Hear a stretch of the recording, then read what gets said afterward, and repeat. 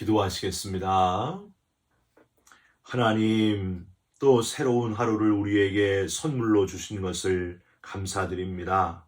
우리 모두에게 공평하게 주신 시간을 아끼면서 주를 기쁘시게 하는 자로 살아가게 하여 주시옵소서. 무엇을 하든지 어디에 있든지 하나님의 영광을 드러내며 내가 좋아하는 것이 아니라 주님이 좋아하시는 것, 주님을 기쁘시게 하는 것에 집중하며 살아가는 그리스도인들이 되게 하여 주시옵소서. 우리의 손과 발, 우리의 입술을 지켜주셔서 주님 자랑하는 입술, 구원받음의 기쁨을 외치는 입술이 되게 하시고 손과 발로 섬기는 주님 보시기에 으뜸이 되는 자가 되게 하여 주시옵소서. 예수 그리스도의 이름으로 기도 올리옵나이다. 아멘. 오늘은 마가복음 9장 30절부터 37절까지의 말씀입니다. 그곳을 떠나 갈릴리 가운데로 지날새 예수께서 아무에게도 알리고자 아니하시니 이는 제자들을 가르치시며 또 인자가 사람들의 손에 넘겨져 죽임을 당하고 죽은 지 3일 만에 살아나리라는 것을 말씀하셨기 때문이더라. 그러나 제자들은 이 말씀을 깨닫지 못하고 묻기도 두려워하더라.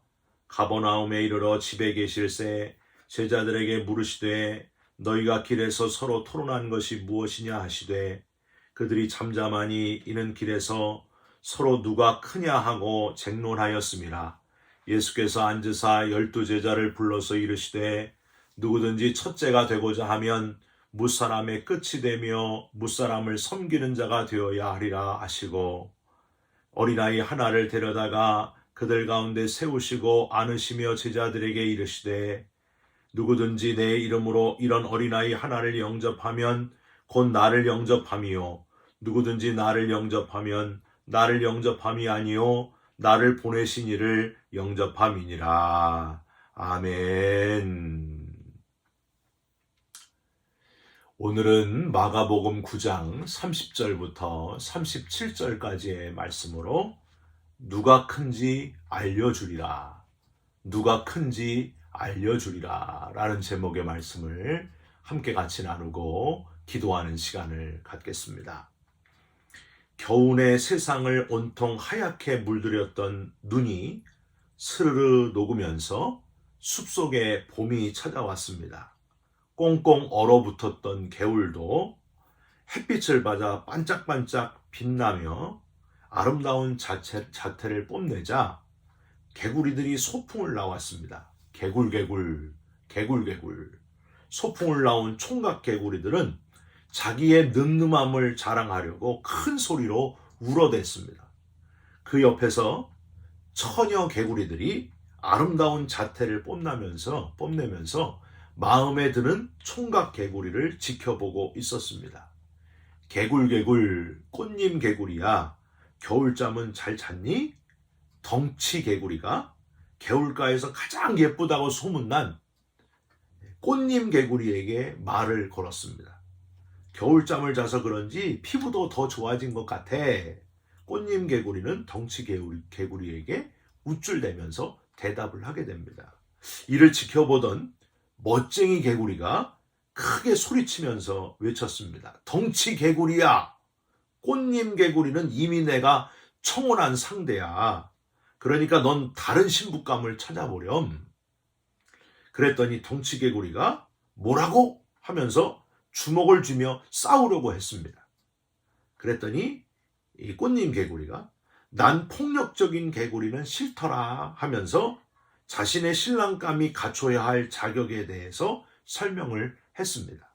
우선 내 신랑 개구리는 노래를 잘 불러야 돼. 난 밤마다 노래를 잘 들어야 잠을 잘 수가 있거든. 그리고 내 신랑 개구리는 다른 개구리들보다 뜀뛰기를 잘해야 돼. 누가 뭐래도 개구리의 이상은 높이 멀리 뛰는 그런 거잖아. 마지막으로 날 어떤 위험에서도 지켜줄 수 있도록 몸집이 커야 돼. 노래를 아무리 잘 부르고 뜀뛰기를 아무리 잘해도 나를 지켜줄 수 없다면 그건 소용없는 재주일 뿐이야. 꽃님 개구리의 말을 들은 두 개구리가 모두 자신 있다면서 으쓱거리기 시작했습니다. 이때 개울가를 지나던 뻐꾸기가 재미있는 시합이 될 것 같다면서 자기가 심판을 봐주겠다고 나섰습니다. 어떻게 됐을까요? 노래 부르기는 멋쟁이 개구리가 이겼고요. 뜀뛰기는 덩치 개구리가 이겨가지고 이제 마지막으로 누구 몸집이 제일 큰가 하는 그걸 겨루는 시합을 남겨두고 있었습니다. 그러면서 멋쟁이 개구리가 이제 큰 숨을 내쉬더니 힘껏 숨을 들이마시면서 배에 바람을 확 불어넣었습니다. 이에 질세라 덩치 개구리도 크게 숨을 연거푸 들이마셨습니다. 두 개구리를 자세히 살펴보던 두 개구리의 배를 살펴보던 뻐꾸기가 마침내 덩치 개구리가 좀 더 크다 하면서 승리를 외쳤습니다. 그런데 바로 이때 뻥 소리가 숲속에 울리게 됐습니다. 승리를 거머쥔 덩치 개구리의 배가 터짐으로 그만 죽고 말았습니다. 거의 패배한 줄 알았다가 덩치 개구리가 죽는 모습을 보고 너무 좋아 펄쩍펄쩍 뛰던 멋쟁이 개구리는 흥분해가지고 너무 좋아서 뛰다가 그만 기회를 엿보고 있었던 뱀에게 먹혀가지고 죽고 말았다 하는 이야기입니다. 여러분, 누가 크냐 하고 경쟁하던 이 두 개구리, 이게 바로 세상에서 경쟁하는 우리들의 모습 아닙니까? 한국 사람들은 특히 더 누가 큰지, 누가 더 선임인지에 엄청 신경을 써요. 그래서 군대에서도, 남자들 군대에서도 일주일만 먼저 들어왔어도 자기가 선임이라고 그렇게 폼을 잡고 그럽니다. 더 깍듯이 모시라고 갑질을 합니다. 대한항공 땅콩 회항 사건 여러분 기억하시죠? 갑질을 해가지고 비행기를 46분 동안 지연시킨 사건, 한국에서만 있는 사건이에요. 누가 크냐? 내가 얼마나 큰지 아냐? 그것 때문에 비롯된 사건입니다. 세상에 누가 크냐의 경쟁은 결국 배가 터져 죽거나 뱀에 먹혀 죽거나 하고 끝난다는 사실을 여러분 기억하시고 세상과 다른 진짜 큰 사람이 되시기를 경쟁하시기를 부탁드립니다. 주님께서 말씀하시는 가장 큰 자가 다 되시기를 주님의 이름으로 부탁드립니다. 오늘 본문의 이야기가 바로 그런 이야기입니다. 누가 크냐 쟁론하는 제자들의 이야기를 들으시고 진짜 누가 큰지를 알려주시는 예수님을 오늘 본문에서 우리는 발견할 수 있습니다. 우선 누가 크냐 쟁론을 다루기 전에 예수님이 가르치시며 하신 말씀을 놓쳐서는 안 됩니다. 여러분 30절 한번 보세요. 그곳을 떠나라고 되어 있는데 어제 새벽에 귀신 들린 아이, 귀머거리고 벙어리가 된 아이, 귀신에 들려 물에도 들어가고 불에도 들어갔던 그런 아이에게서 귀신을 쫓아냈던 예수님은 이제 그곳을 떠나시게 됩니다. 갈릴리 가운데로 지나가고 계셨습니다. 아마도 제자들은 귀신을 쫓아내신 예수님 이야기로 막 흥분되고 있었을 거예요. 또 혹은 제자 3명이 변화산에서 변모하신 예수님을 보았다고 우쭐대면서 떠들고 그러고 있었을 거예요. 자랑하고 있었을 거예요. 그런데 30절 후반부에 예수님이 아무에게도 알리고자 아니하시니, 즉 제자들의 분위기하고는 전혀 다르게 말을 아끼라고 하십니다. 여러분 왜 그랬을까요? 31절에 이는 이라고 되어 있는데 헬라어로 가르, 이게 왜냐하면 이란 뜻이에요. 그러니까 예수님이 아무에게도 알리고자 아니하시니 왜냐하면 가장 중요한 예수님이 오신 궁극적인 목적, 십자가에서 대신 죽임 당하실 일이 곧 기다리고 있다는 것, 곧 그것을 앞두고 있다는 것을 예수님이 알고 계셨기 때문입니다. 그걸 지금 준비하고 계신 예수님, 그게 가장 중요했기 때문이에요. 31절 이는 다음에 인자가 사람들의 손에 넘겨져 죽임을 당하실 것과 죽은 지 3일 만에 살아나리라는 것을 말씀하셨기 때문이더라 라고 되어 있지 않습니까? 문제는 그 다음 32절이 그러나 제자들은 이 말씀을 깨닫지 못하고 묻기도 두려워하더라. 십자가의 죽음을 준비하고 계시는 주님의 모습, 가장 중요한 것을 깨닫지도 못하고 묻기도 두려워하는 너무나 나약한 제자들의 모습이 참 대조적으로 보입니다. 사랑하는 성도 여러분, 우리는요, 기적보다도 눈에 보이는 신기한 일들보다도 더 중요한 건 주님의 십자가를 놓치면 안 된다는 거예요. 기독교의 중심은 병 고침에 있지 않습니다. 한 일부분일 뿐입니다. 기독교의 중심은 오직 예수입니다. 주님의 십자가입니다. 나를 구원하신 놀라운 하나님의 사랑, 얼마나 나를 사랑하셔서 얼마나 나를 위하여 이 하나밖에 없는 독생자를 보내심으로 얼마나 나를 사랑하셨는지를 보여주시는 그 하나님의 사랑, 그게 기독교의 중심입니다. 그게 제일 중요한 거예요. 그게 본질이라고 하는 거예요. 여러분, 교회는 무슨 이벤트를 열어가지고 사람 많이 모이게 하는 그런 공동체가 아닙니다. 더 중요한 게 있어요. 그렇게 사람 많이 모이도록만 하는데 집중하면 안 됩니다. 더 중요한 것은 예수께서 죄인인 나를 위해 죽으신 십자가, 그거를 놓치면 안 된다는 거예요. 내가 구원받은 것, 영혼이 구원받는 것보다 더 중요한 것은 없다고 하는 사실입니다. 이게 본질이라고 하는 거예요.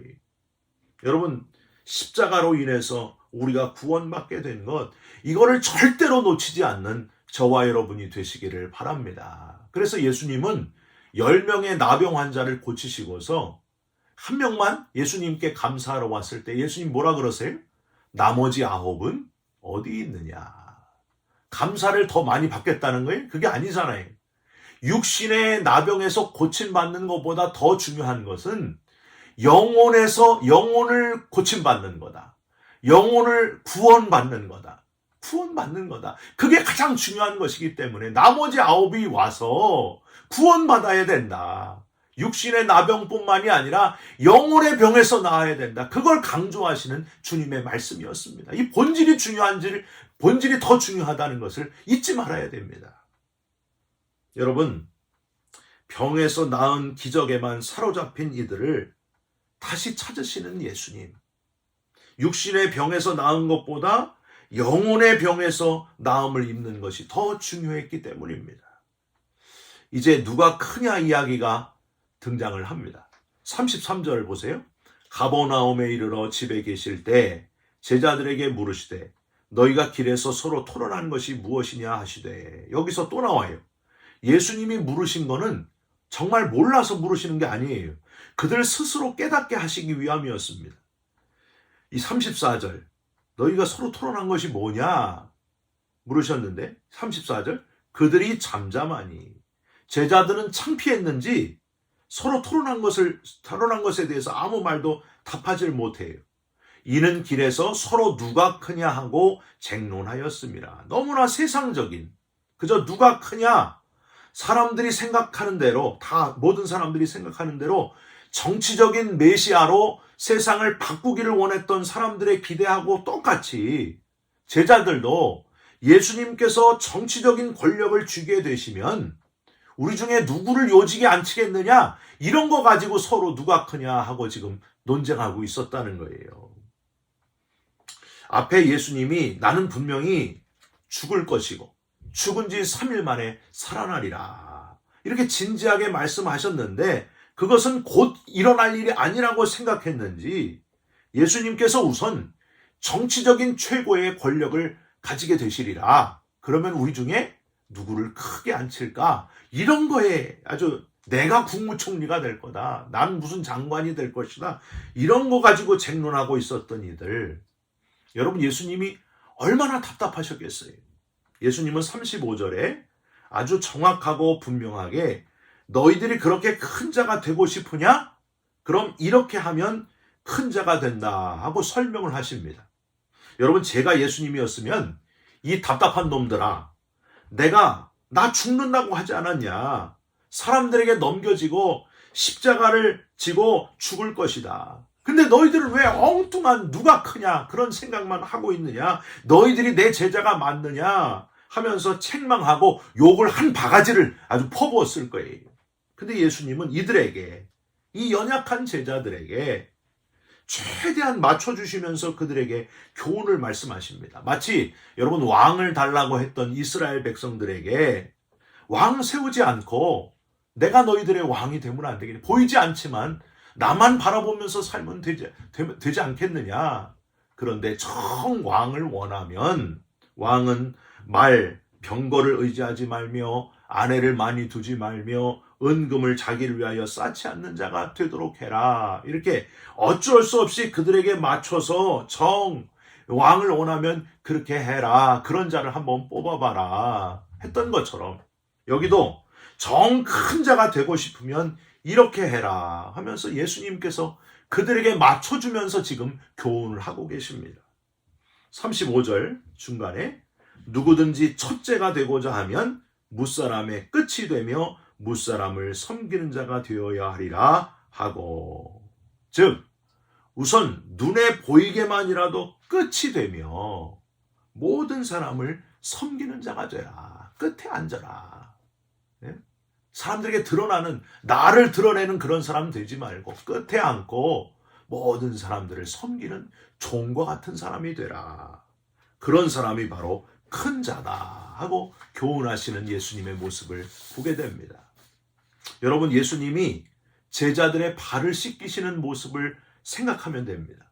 낮아지고 또 낮아져서 제자들의 발을 씻기는 자가 바로 큰 자다. 너희들이 그런 자가 돼야 된다. 섬기는 자가 돼야 된다. 눈에 보이는 왕, 권력자, 대단한 사람이 큰 자가 아니라 바로 섬기는 자가 큰 자다. 하나님이 보실 때는 겸손히 자기를 낮추는 자야말로 큰 자다. 이렇게 지금 교훈하고 계십니다. 여러분, 콜롬비아 신학교 스티븐 올포드 박사님이 학생들이 스티븐 올포드 박사님에게 이렇게 물었습니다. 저희들에게 크리스천 리더십의 비결이 무엇인지를 말씀해 주십시오. 어떻게 하면 크리스천 리더, 최고의 기독교 리더가 될 수 있습니까? 올포드 박사님이 이렇게 답을 했습니다. 비결이요? 무릎을 꿇으십시오. 눈에 눈물이 흐르게 하십시오. 그리고 심장이 깨어져도 참으십시오. 이렇게 다른 사람을 섬기십시오. 그러면 크리스찬 리더가 될 수 있습니다. 사랑하는 성도 여러분, 무엇으로 섬길 수 있는지를 열심히 찾는 주님이 보실 때 큰 자 되시기를 주님의 이름으로 부탁드립니다. 마지막으로 어린아이를 세우시고 안으시면서 어린아이를 영접하는 자가 큰 자다 하면서 시청각 교육을 마지막에 하고 계셨음을 또한 기억하시기 바랍니다. 지금은 어린아이가 이제 출산율도 적고 어린아이가 아주 귀하게 여겨지는 그런 시대를 우리가 살아가고 있지만, 이 시대에는, 지금 성경 예수님의 시대에는 노동력이나 군사력이 없는 어린아이는요 아주 가볍게 취급되고 하찮은 존재로 취급되던 시대였습니다. 이 같은 상황에서 예수님이 지금 어린아이를 하나 세우시고 안으시면서 이런 어린아이 하나를 영접하는 것이 곧 주님을 영접하는 것이고 큰 자가 되는 길이다, 이렇게 말씀하셨다는 거예요. 여러분, 그 이유가 뭘까요? 아주 작고 보잘것없는 일일지라도 주님이 보실 땐 큰 자의 일이 될 수 있다는 거예요. 내 맡은 자리에서 아무리 작은 일이라도 주님을 기쁘시게 하는 일을 하면 큰 자가 된다. 1등 한 명만 큰 자가 되는 게 아니라 누구나 다 1등이 될 수 있다 하는 교훈을 하시는 주님의 모습을 우리는 여기서 보게 됩니다. 여러분, 하나님의 마지막 심판 때에서도 똑같을 거예요. 우리가 맡은 자리에서 작은 일이라도 하나님을 기쁘시게 하는 일을 한 사람은 영광의 면류관을 얻게 될 것입니다. 저는요, 이 어린아이를 영접하라 하는 성경 본문을 접하면은 꼭 기억나는 어머님의 이야기가 있어요. 어머님이 저한테 얘기하셨습니다. 아들 목사, 나중에 목회해서 신방하게 되면은 어느 집에 가든지 그 음식을 차려주시면 제일 맛없는 걸 먹어라, 그렇게 말씀을 하셨어요. 그러면서 옛날에 배고팠던 시절에 목사님이 어느 성도님 집에 신방을 하시면 그 집 아이들이 그렇게 좋아했다는 거예요. 왜 좋아하느냐? 목사님이 오셨다고 그 성도님 집에서 고기를 구워가지고 내오면, 안 먹던 가난했던 시절에 고기를 구워가지고 목사님을 대접하면 목사님은 고기를 한 점만 드시고 김치만 계속 드시고 오시더라는 거예요. 그러면 또 빨리 끝나고 오시더라는 거예요. 그러면 아이들이 막 기다렸다가 그 남겨진 고기 거의 99% 남은 그 고기를 너무 맛있게 먹고 좋아하더라는 거예요. 성도님은 아니 우리 목사님은 왜 김치만 좋아하시나 하고서 왜 김치만 드시나 그랬지만은 목사님은 그 집 아이들을 생각해서 좋은 음식을 남겨놓는 그 목사님의 모습, 이걸 저희 어머님이 자주 얘기하셨어요. 저는 왜 그렇게 못하는지 모르겠어요. 왜 이렇게 맛있는 걸 많이 먹는지 참 성도님들 앞에서 부끄럽습니다. 여러분, 바로 그거예요. 아주 이 작은 일일지라도 배려하고 섬기는 마음, 그게 바로 주님이 기뻐하시는 마음이라고 하는 겁니다. 여러분, 하나님의 마지막 심판 때에서 꼭 목사님이라고 장로님이라고 하나님이 잘했다 하면서 칭찬해 주시는 게 아니에요. 그 하나님의 마지막 심판 때에는 가장 공정합니다. 우리 직분과 상관이 없어요. 내가 어떻게 하나님을 기쁘시게 했는가, 어떻게 많은 영혼들을 구원했는가, 이걸 주로 보실 거예요. 여러분, 하나님의 마지막 심판 때를 준비하면서 살아가시는 가장 큰 자, 사람들이 볼 때 큰 자가 아니라 하나님이 보실 때 가장 큰 자로 섬기면서 낮은 곳에서 가장 작은 일일지라도 하나님을 기쁘시게 하는 섬기는 자로 살아가시기를, 그래서 모두 다 큰 자라고 칭송받으시기를 주님의 이름으로 축원드립니다. 기도하겠습니다. 하나님, 그저 눈에 보기에 큰 자 되기를 원하는 우리들, 욕심내고 비교하는 우리들의 어리석음을 용서하여 주시옵소서. 긍휼히 여겨 주시옵소서. 무사람의 끝이 되며 무사람을 섬기는 우리들, 주님이 보실 때 큰 자의 삶을 살아가게 하여 주시옵소서. 예수 그리스도의 이름으로 기도 올리옵나이다. 아멘. 하늘에 계신 우리 아버지여, 이름이 거룩히 여김을 받으시오며 나라가 임하시오며 뜻이 하늘에서 이루어진 것 같이 땅에서도 이루어지이다. 오늘 우리에게 일용할 양식을 주시옵고 우리가 우리에게 죄진 자를 사하여 준 것 같이 우리 죄를 사하여 주시옵고 우리를 시험에 들게 하지 마시옵고 다만 악에서 구하시옵소서. 나라와 권세와 영광이 아버지께 영원히 있사옵나이다. 아멘. 사랑하는 성도 여러분, 오늘도 주님이 보실 때 큰 자로, 작은 일일지라도 충성하면서 섬기는 자로 살아가시기를 부탁드립니다. 여러분 사랑합니다. 축복합니다. 감사합니다.